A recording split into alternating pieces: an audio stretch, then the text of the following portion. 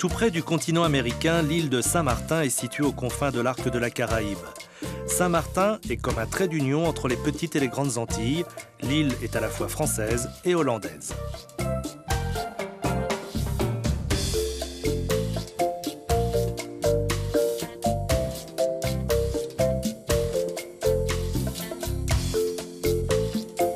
Saint-Martin, véritable carrefour cosmopolite, est un cas unique dans la géopolitique mondiale. Elle est la seule à porter à la fois les drapeaux de deux grandes nations, la France et la Hollande, sur un petit territoire divisé par une frontière historique invisible. Ici, pas de douane, pas de frontière entre les deux parties de l'île. On passe de l'une à l'autre sans même s'en apercevoir.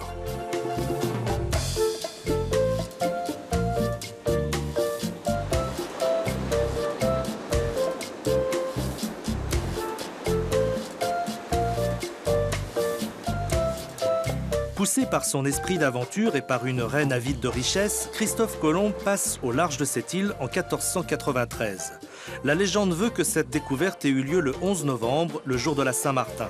Par la suite, bien d'autres équipages venus de France, d'Angleterre et de Hollande lui ont emboîté le pas.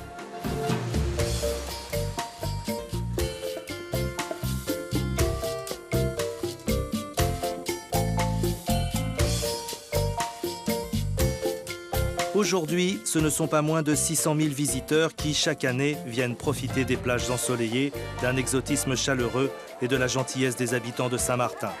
95 km² de terres partagées en toute intelligence par les différentes communautés qui peuplent l'île.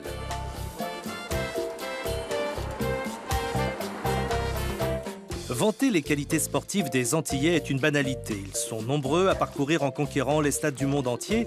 Pourtant, il y a un sport où ils sont peu représentés, pour ne pas dire absents. Ce sport qui les passionne et qu'ils pratiquent intensément dans toutes les îles des Antilles, et notamment à Saint-Martin, c'est le cyclisme. Les courses de vélo ont un succès fou à Saint-Martin, mais le cyclisme sur une petite île n'est facile ni pour l'entraînement ni pour les compétitions. Georges Carty, 34 ans, est facteur, autant dire que le vélo il connaît. Georges est un mordu, il n'y a pas un jour qui passe sans vélo.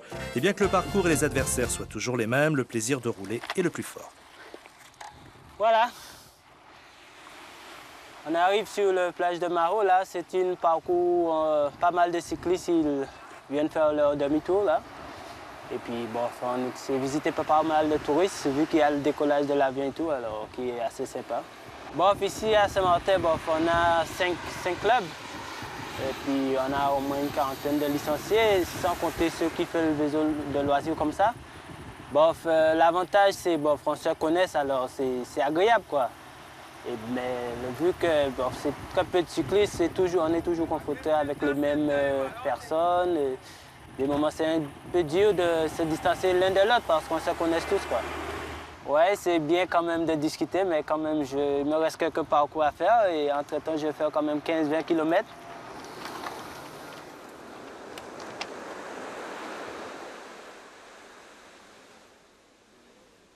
Un samedi matin comme les autres, Georges arrive de sa tournée de facteur. Cet après-midi, il y aura course à Saint-Martin. Entre sa monture de travail et celle de compétition, il y a un monde, celui de la passion. Voilà, j'arrive du boulot.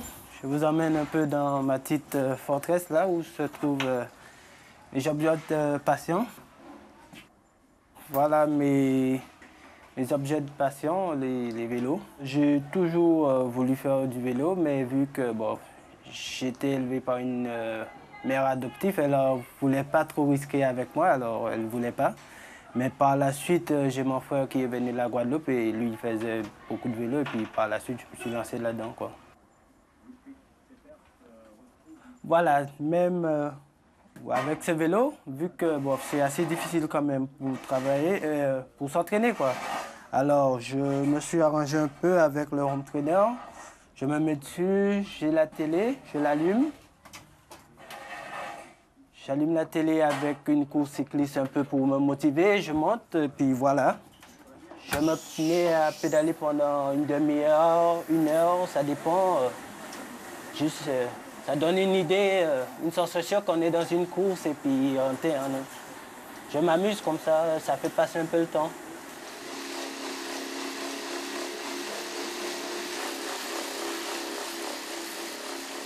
Les images enregistrées d'une étape de Tour de France, la course mythique qui fait rêver Georges. Dès qu'on fait du vélo, c'est toujours le rêve d'une cycliste qui vraiment veut faire de son mieux. J'aurais bien voulu, mais vu avec le travail, le temps qu'il faut, c'est pas si facile pour moi de réaliser cette rêve, mais bon, on ne sait jamais.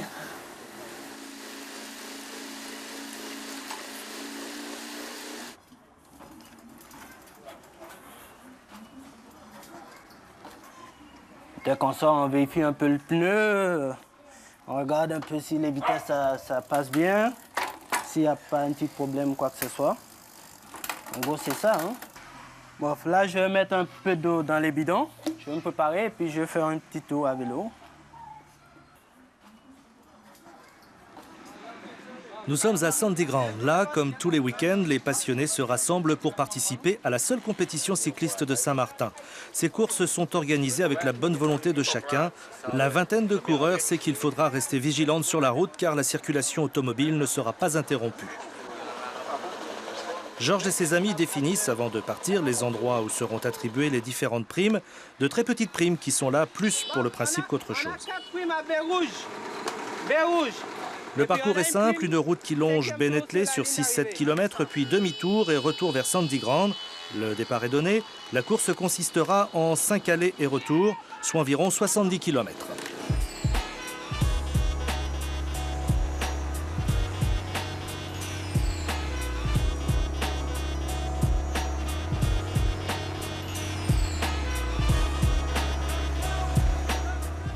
Un peloton composé de 20 coureurs qui se connaissent parfaitement, tous copains d'entraînement, complices de compétition. Mais pendant la course, c'est chacun pour soi. Dans cette confrontation, il n'y a pas de temps d'observation, chacun connaît la valeur de l'autre. Pour ceux à qui cela donnerait des idées et qui voudraient s'y frotter, autant les prévenir tout de suite. Préparez-vous au fameux demi-tour en bout de route et à la relance de la mécanique.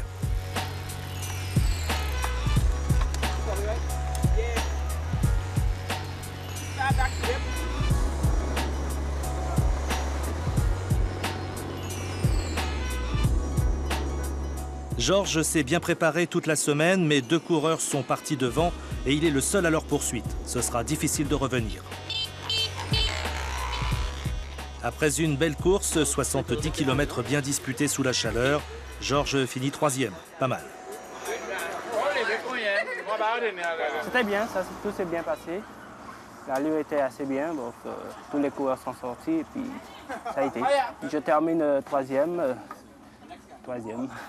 J'ai pris une échappée, mais j'ai coincé un peu à la fin, mais c'est bien quand même. Mon rêve aurait déjà été être possible de courir dans le Tour de Guadeloupe pour nous qui est un grand événement. Bon, et par la suite, bon, si ça se réalise, si j'ai l'opportunité d'y aller plus haut, bon, ça sera bien, mais pour le moment, c'est plutôt le Tour de la Guadeloupe. Demain, le compte rendu de la course sera dans le journal de Marigot et alimentera les discussions autour d'un tiponche. Marigot, la capitale de la partie française de Saint-Martin, offre aux visiteurs une multitude de commerces et leurs articles de luxe détaxés. Tout là-haut, par habitude, le vieux fort veille sur la ville. Les Anglais sont toujours là, mais contrairement au passé, ils sont en visite amicale. Les rues, très souvent embouteillées, permettent de flâner en longeant le littoral.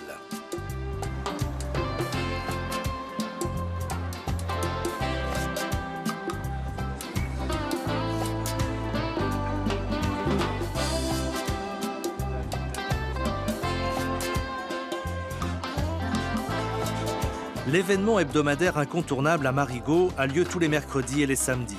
Il s'agit du marché du front de mer. C'est un endroit où l'on se rencontre et où l'on parle de la vie qui passe. Comme sur tous les marchés du monde, c'est le matin, de bonne heure, que l'on trouve la plus grande diversité d'articles. Poissons frais, fruits, légumes et épices, l'exotisme est garanti, tout comme la fraîcheur des produits.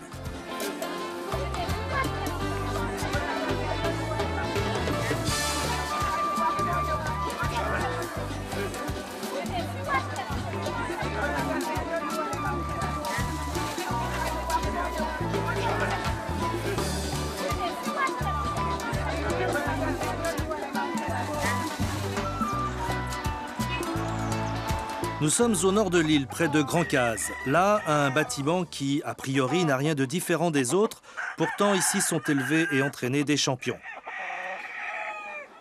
Kadhafi, Castro, Mao, Lénine ou Ambulance sont ici des noms de stars. Comme dans toutes les îles des Antilles, quelques coqs sont idolâtrés comme des sportifs de très haut niveau. Nous sommes dans l'un des 5 pits de Saint-Martin, le pit de chez Sandy. Okay.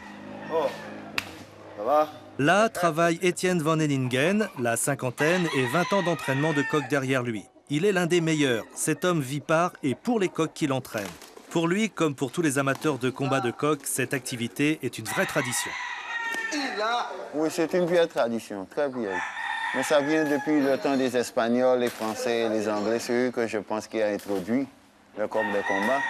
Avant, ils se battent avec les argots en acier.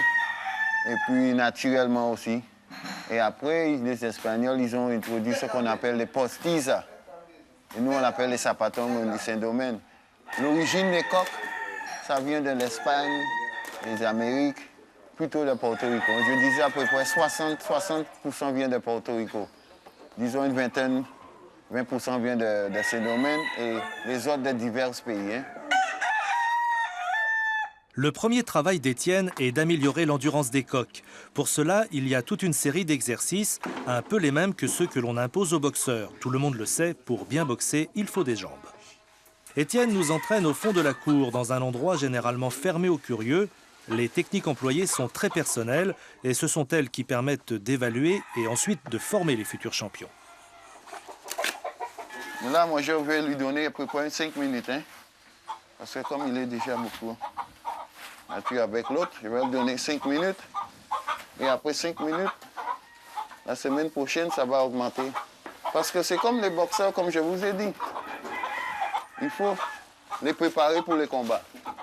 La fenêtre, il était inventé, je crois, au Cuba. Ça fait pas mal de temps. Moi, je ne sais pas exactement quand.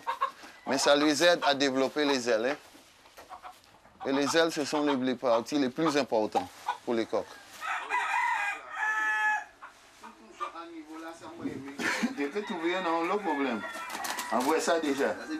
Après l'effort, il faudra attendre encore un peu pour le réconfort. La vie de champion n'est pas de tout repos.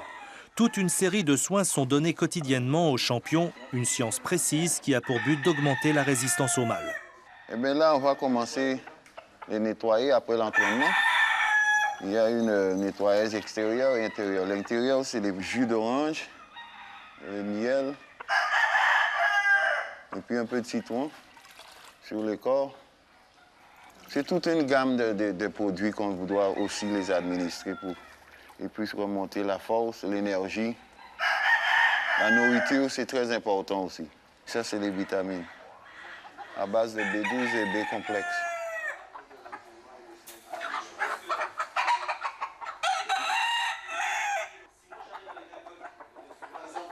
Ça, c'est un autre type de vitamine avec l'huile de foie de morue.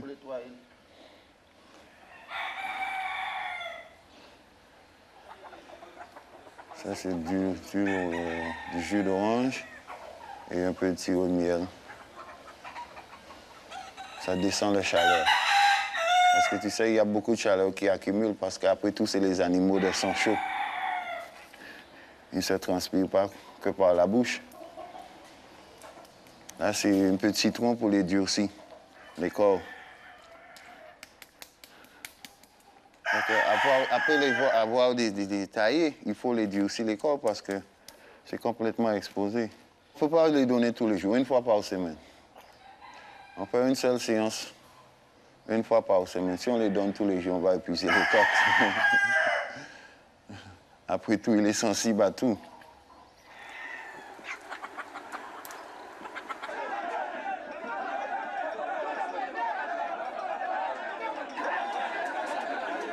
Les combats de coqs ne sont pas vraiment autorisés, disons qu'ils sont tolérés. Ils sont profondément ancrés dans la tradition caraïbe et notamment dans celle de la communauté haïtienne. Ce dimanche matin, nous sommes à Concordia, sur les hauteurs de Marigot. Il y a là un pit artisanal, mais avec un bon contrôle à l'entrée. Les femmes, elles, sont restées à la maison. À l'approche de midi, comme un ballet dont la chorégraphie est écrite depuis des générations, Les ergots des animaux sont vérifiés et revérifiés. Ils sont même de nouveau affûtés si nécessaire. Dans un premier temps, les adversaires de force et de taille égale ont été choisis. Cette étape est sujet à de nombreux palabres. Mais des règles précises admises par tous permettent d'évaluer les futurs adversaires. Enfin, les dollars circulent et chacun joue et mise sur son coq favori.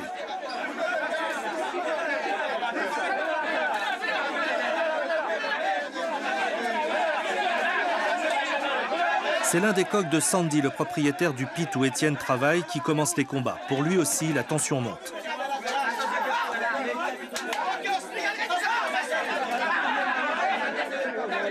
Parfois rapides et décisifs, les combats peuvent durer jusqu'à 25 minutes. C'est l'abandon ou la mort qui départage les combattants.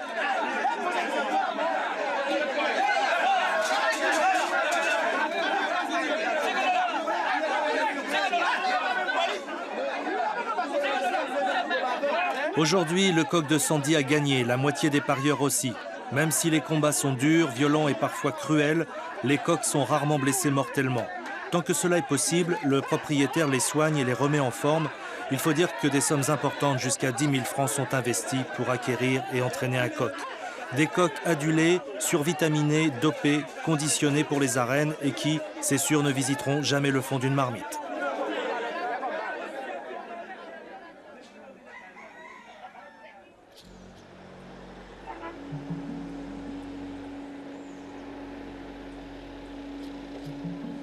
Bien avant que les Européens ou les Africains n'arrivent aux Antilles, les Indiens Arawaks passant d'île en île étaient parvenus jusqu'à Saint-Martin. 10 ans de recherche et de découvertes sur les différents sites archéologiques ont permis de créer le musée de Saint-Martin à Marigot et de reconstituer la chronologie d'une occupation depuis 5 siècles avant Jésus-Christ et longue de plus de 1000 ans.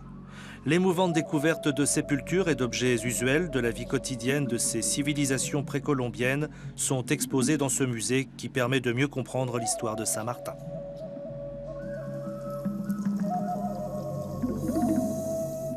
Les Arawaks ne sont pas les seuls à avoir navigué dans les eaux de la Caraïbe, loin s'en faut.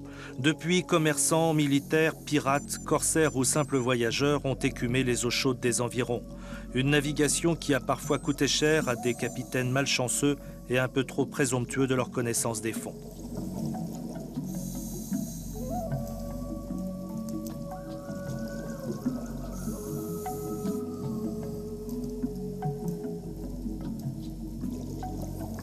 Partir à la découverte des épaves est un plus que les eaux bleues de Saint-Martin offrent à des amateurs de plongée de sensations fortes de plus en plus nombreux.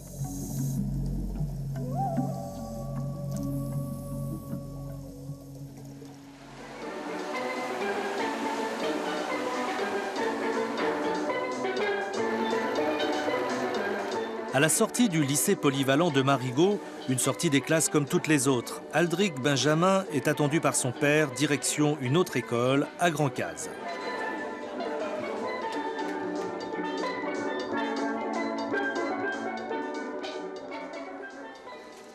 Aldric a 16 ans, il fait partie d'une famille de musiciens. Il a appris à jouer avec son père, c'est lui qui lui a transmis la passion du steel band. Un genre musical traditionnel assez éloigné de ce qu'écoute habituellement la majorité des jeunes. J'ai appris la musique quand j'avais 5 ans. Depuis cet âge, je jouais le steel band un petit peu. Mon père m'a appris une chanson qui s'appelait Faire un Jacques.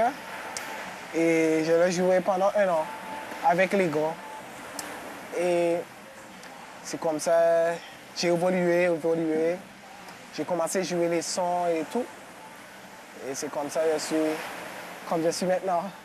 Je joue plutôt du soca, du zouk, du reggae, l'R&B. J'aime aussi le rap, mais pas tellement parce que des fois ça raconte rien du tout. Alors, je ne l'écoute pas, mais les autres, j'aime beaucoup le zouk. À l'origine du steel band, un instrument original, un tonneau en ferraille dont le fond est déformé et accordé pour jouer les sons de la gamme. Tous les samedis, Aldric a choisi de poursuivre la passion de son père, apprendre la musique aux enfants de Grand-Case. Et voilà, je suis avec mon école, les Gunslingers, on l'appelle. C'est bon Gunslingers. Les élèves, c'est, comment dire, on vient presque, c'est quand on a des heures libres. Mais les cours, ils se prennent tous les samedis matins. Mais des fois, quand on a des vacances, on s'entraîne toute la semaine. En arrivant à l'école, on commence sur les guidons comme ça, qui a tous les notes. Tu peux voir. C'est comme le piano, quoi.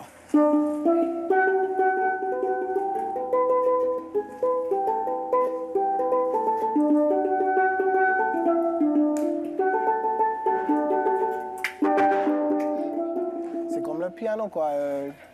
Mais en débutant, on commence par les notes, on mémorise les notes et tout de suite après, quand il commence à bien venir, on commence sur les guidons comme ça, qu'il n'y a pas de notes. La basse est composée, normalement la basse est composée de 6 guidons. Tu peux voir? Et dans ces 6 guidons, les notes, ils sont à 2. Chaque note, ils sont à 2. Celui-là, c'est le Do, je peux dire. Do. Tu vois, tu as presque toutes les notes de basse, quoi. Parce que tu n'as pas besoin de beaucoup de notes comme les autres guidons.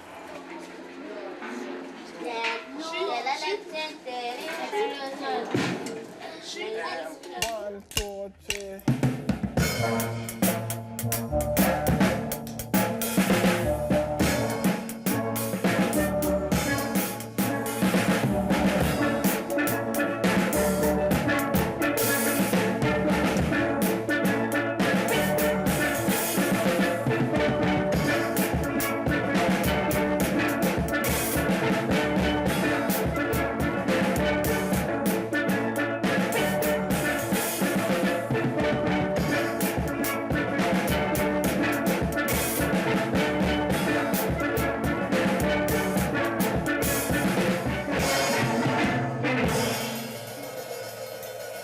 Voilà, on voyait que tous les guidons ne sont pas formés les mêmes.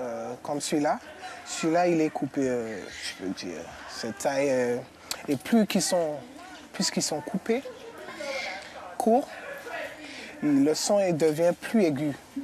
Et plus qu'ils sont coupés plus longs, comme la basse, et comme celui-là, le son devient plus grave.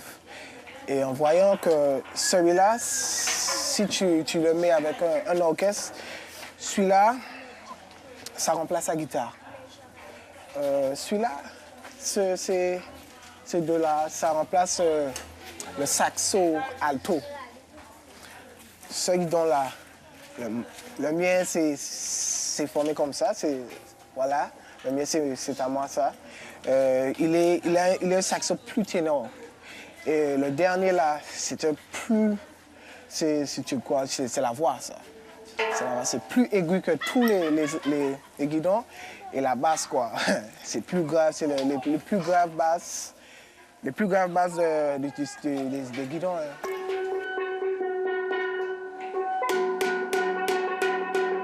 Aujourd'hui, c'est Aldric qui enseigne et son père, toujours aussi passionné, à la charge d'accorder les instruments.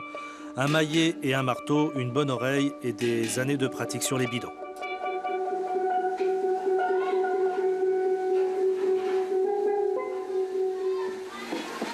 Pas de chance, la faute au nuage, une averse tropicale vient perturber joyeusement la leçon.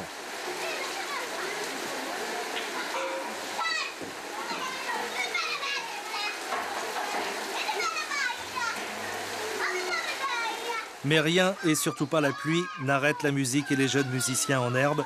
Ils continueront à l'abri, accompagnés par le rythme des gouttes sur les tôles du toit. Aldric et son orchestre utilisent la plus grande partie de leur cachet pour acheter les tonneaux et les mettre à disposition des enfants. Sans aucune aide financière, mais avec la bonne volonté et du temps disponible, grâce à lui et à son père, des enfants apprennent la musique de leur île.